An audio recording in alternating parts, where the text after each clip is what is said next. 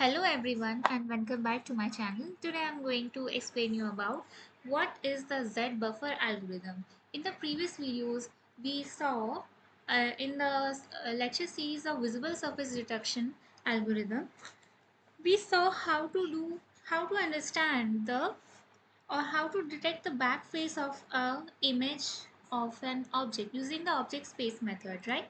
We understood how, if we are given in any object, how to understand that which part of the object is not visible in our picture, which is in the back of this image, which is not visible, to be curtailed out for easier computation analysis.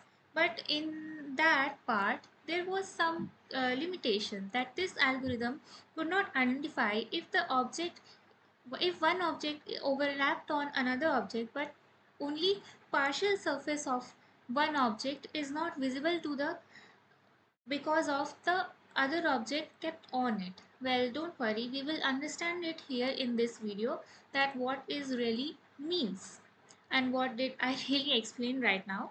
So let us start.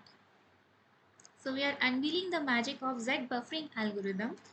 Basically, have you ever wondered that how 3D scenes are shown in our video games, but the 3D video games are actually scenes are made using this algorithm to make it feel more realistic to you.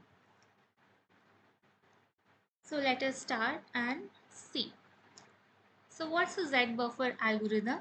So it's like a depth map where here we are going to store an information, a map where we are going to identify the depth of each object which we are taking, and gonna store it in a matrix like this, which is shown in here as an example, which shows the numbers depict the z-axis value, right? We have any object which have three coordinates, right? X, y and z. So the numbers 81, 45, 55, 35, 55 and so on, all these numbers are actually the z-axis coordinates. We are going to see it in more detail in the coming slides. So let us briefly understand what this Z buffer algorithm really means to us. So how it works, yeah, as I was explaining how the Z buffer works, that it stores a depth message in a depth buffer, uh, the depth information of the objects. Say suppose we have 1, 2 or 3 objects, then all these 3 objects have separate depth maps, or we can say all these 3 objects depth map is congested in one map. We are actually storing all the 3 information of these 3 different maps in one map, which make us realize which parts of the map is overlapping, which parts of the object is overlapping on one other partially.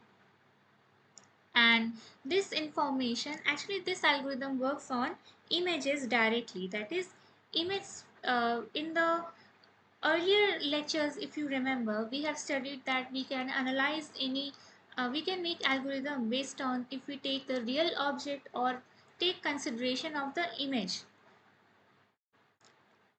So if you do not remember what is object space method or what was image space method, then please go on to the videos in the starting videos of visible surface detection chapter, where I explained about briefly what the essence of these methods. So yes, the Z-buffer algorithm works on image space method only. So that is, we take image or a photograph, you can think of as a reference image to make another digital software image in our computers. So it resolves visibility in 3D rendering and ensures correct occlusion. So what do we mean by occlusion? I will explain it in the next slide more clearly. So here are the key points: that depth map is stored and visibility resolve visibility issues, or it resolves the occlusion or correct occlusion.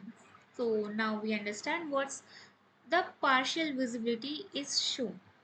Here in this example, you can see this is an image of one, two, three, four, five diaries kept on top of each other, you can see all the parts or all the information which tells me that this is an orange diary, and the size of orange diary, all these imaginary pixels, you can see these grid lines and these boxes here to show you that all these boxes are colored orange in color to make you understand that this is the orange diary, and below it there is a pink diary. So how I am able to understand that there is a pink diary or that these two objects are different? I can understand it because the z what because the Z value of this all the pixels on this orange diary is less than the Z value of all the pixels in the pink diary. We will understand it more in more detail using an example of my paintings only itself. Let us now not complicate the discussion and keep it simple and continue that this pink diary is below it and the color is pink and it is not orange. So we understand that there is a boundary between these two objects and that these two are different. So all these grid lines have the information that it is to be pink in color. For the sake to understand, how do we really understand if there is an object or there is a boundary of any object? We understand mainly that our eyes and brains understand it because of the color difference or the depth difference. How do we mainly understand that? How do artists make the illusion that there is a depth difference? They make it mainly by the different intensity of the colors which we see, which make it look more realistic or illusionistic thought. So in you can understand that this diary is this big, the size of this diary is this much. And how do I get to understand? Because very little part of pink diary is able to see here. I am able to see very little part of this diary. So if you imagine that if this orange diary was transparent, then you can think that all this or the whole size of this pink diary should have the pink color. But as because this orange diary is kept above on this on opaque looking diary is kept above on this pink diary, so because of this orange color information I am not able to see the pink diary's full size and full how much full design of this pink diary cover page. So how do computer understands that this orange diary is kept above this pink diary? If say suppose if I color this whole pink color, then you can't see this orange diary, that you will it will look like this part and this part is that this part is only orange and here it is pink, and it won't look like realistic thought to me because this orange diary is opaque. So this is our problem statement, that how do the computer understand that this that I have kept an opaque object in front of another opaque object and it does not cover overlap it fully. So there is a partial covering, the partial covering of the surface. This was failed by the backface algorithm to understand the backface, which is partially backface of this diary, which is partially covered by this orange diary. The backface of this orange diary cannot be detected fully by the backface algorithm. So now this algorithm comes in handy to understand this. Well, this one is much simpler than the backface algorithm. So let us now go further to understand what we meant by the depth map here, which I explained in the earlier slide.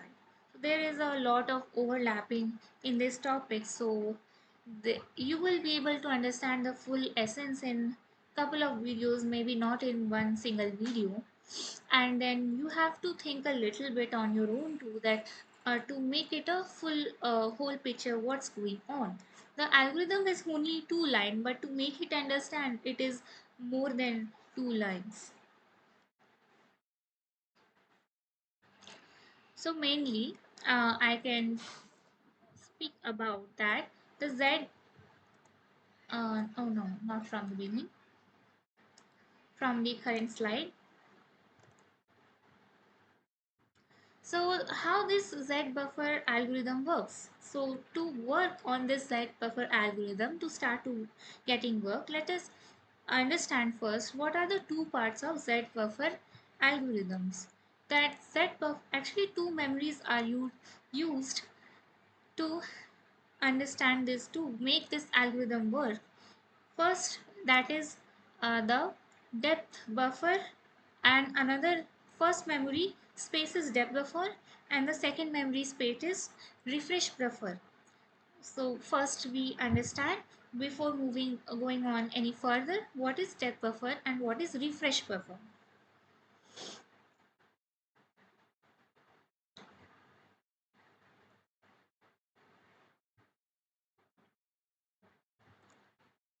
See, in the earlier slide I tried to explain you that what is the depth, or what was the problem statement of this algorithm. There I tried to tell you that I have to understand the information, that which object is above it, and I have to make it in an image. So a very easy example I can tell you about is from this image or this photograph. See this photo, in this photograph you can see there is a pink colored leaf kept, and below it is a person's hand. So how do this kind of image is taken on a camera. So camera produces this image where I can understand that leaf is kept above my hand. How I'm able to understand, because the portions of the leaf has a different color from my hand, different shades. So there I can understand that there is a boundary between two objects. To make it more simpler how the depth information is being stored, I can show you the a painting made by me of this reference image. Taking this image as a reference, because I took an image to produce another image. So this is also an example of Z buffering. Using the Z buffering algorithm, I'm trying to make a painting of this leaf. You can see in this image that this is the printed form of that photograph, and you can see that some lines being made here, some grid lines being made here. In this picture it's more clear. So you can see these grid line boxes, different size of boxes are there. It's because I used the golden ratio grid to make this drawing, but you can also imagine a standard graph paper grid to do. Generally in the cameras are programmed, digital cameras are programmed to make the standard grids only to take the picture. But in this drawing I have taken the golden ratio grid, so it doesn't matter what kind of grid we choose, but main essence is to be understood. That's the most important thought. You can see there are different types of boxes. So how I'm defining a grid to make the Z buffer algorithm work, or how do I make a matrix where the Z coordinate is stored for each box. Uh, how in the first video, in the first slides, I actually made you show a matrix which stores the Z coordinate values. But what were the Z coordinate values which was being stored? So this is the my drawing sheet, and I can say that this corner of the drawing sheet I am taking it as 0 0 0 coordinate, and you can think of this as the x-axis of the paper, this paper corner as the y, vertical side of this paper as the y coordinate, and whatever sheet, what z-axis is inside this sheet, a dependent vector on x and y.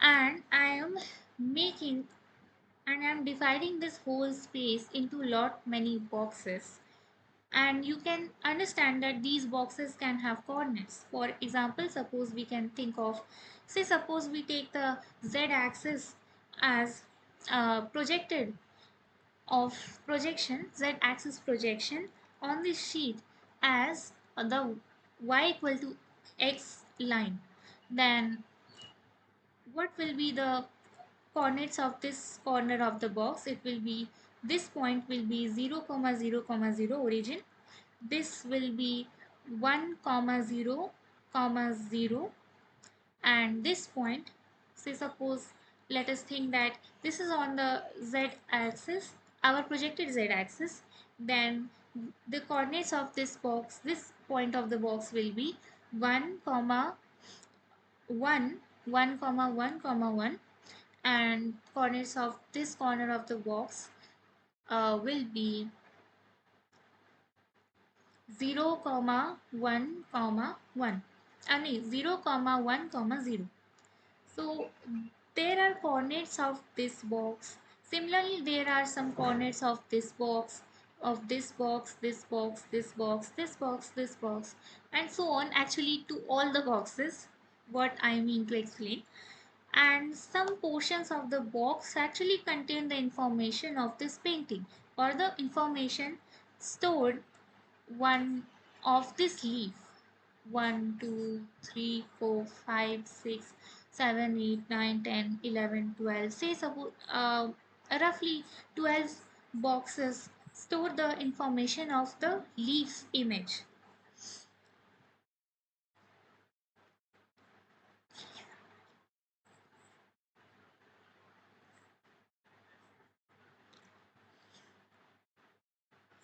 So how do I make you understand in the painting that only these 12 boxes contain the leaf information, and the all the boxes other than the leaf contain the hands information? So this is what is being done, that all these 12 boxes have the same z coordinate value. Say suppose may not be exactly, yes, because they are on the same depth, because this leaf is not tilted, this is straight in my hand. You can see the reference image, right? That this leaf, if you assume that it's not curved, you can think of it as flat object or a plane in 3D space, a plane surface which have the same z depth, because it's not tilted anywhere if I assume it to be not curved leaf. So all these 12 boxes will have the same z coordinate, and the z coordinates of the hands will be more any value, say any arbitrary value, but will be more than this leaf, because this hand is below this leaf. Says if I think, for example, the z coordinate for this leaf is say suppose 3 at 3 depth, and how you may think that what is the reference point from which I am taking this 3. This is the camera, this is the place where I am putting the camera lens. So the camera lens in the 3D space in the world coordinate is 0 comma 0 comma 0, and the z coordinate of this whole leaf points is 3, and the z coordinate of all this hand is, say suppose 4.